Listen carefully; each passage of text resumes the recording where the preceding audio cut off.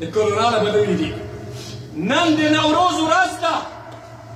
دې خلکو ته به موږ د منبر نه وویل، قرآن به ورته وویله، احادیث به مو ورته وویل، د فقهاو اقوال به مو ورته وویل چې الله ته وګورئ د دې تجلیل ناروا دی. هېچا نه منله.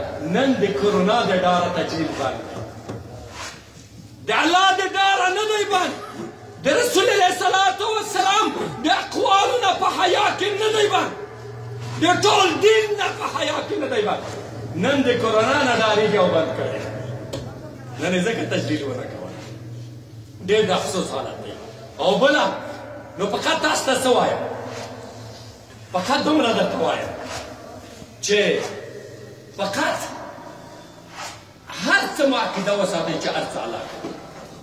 دا ماسکونه مه اچوئ. یوه ملا دا فتوا ورکړې وه ما ته ملانو. زه ملانو اور راکې بند کړه. ملا مسله څه ورکوي؟ وی دا ضرورت دی دستکش په لاس کا او په جومات کې د ماسک سره وله. ما ورته وایم ملا داسې ورته ووایه چې مسلمانه الله په قهر دی، الله ته استغفار وباسه. الله وایي زه هېڅکله قوم ته عذاب نه ورکوم چې دوی د الله نه مغفرت غواړي. په اخلاص الله ته وژاړه، الله به دې معاف کړي. زه تاسو ته وایم د جرګې قبرونه د کرونا نه مخکې چا جوړ کړي؟ الله جوړ کړي که نه؟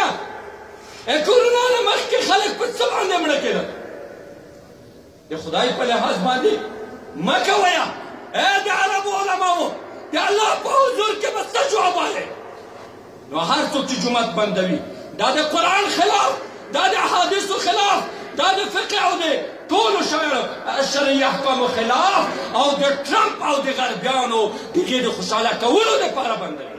او بس راځئ امامان د ښه اوښ قرات پکې وایي، بلکل د اوښ په قرات پکې وایي. زه مولوي صاحب ته وایم چې مخکې د یو ویل دا لاس آیتونه وایي.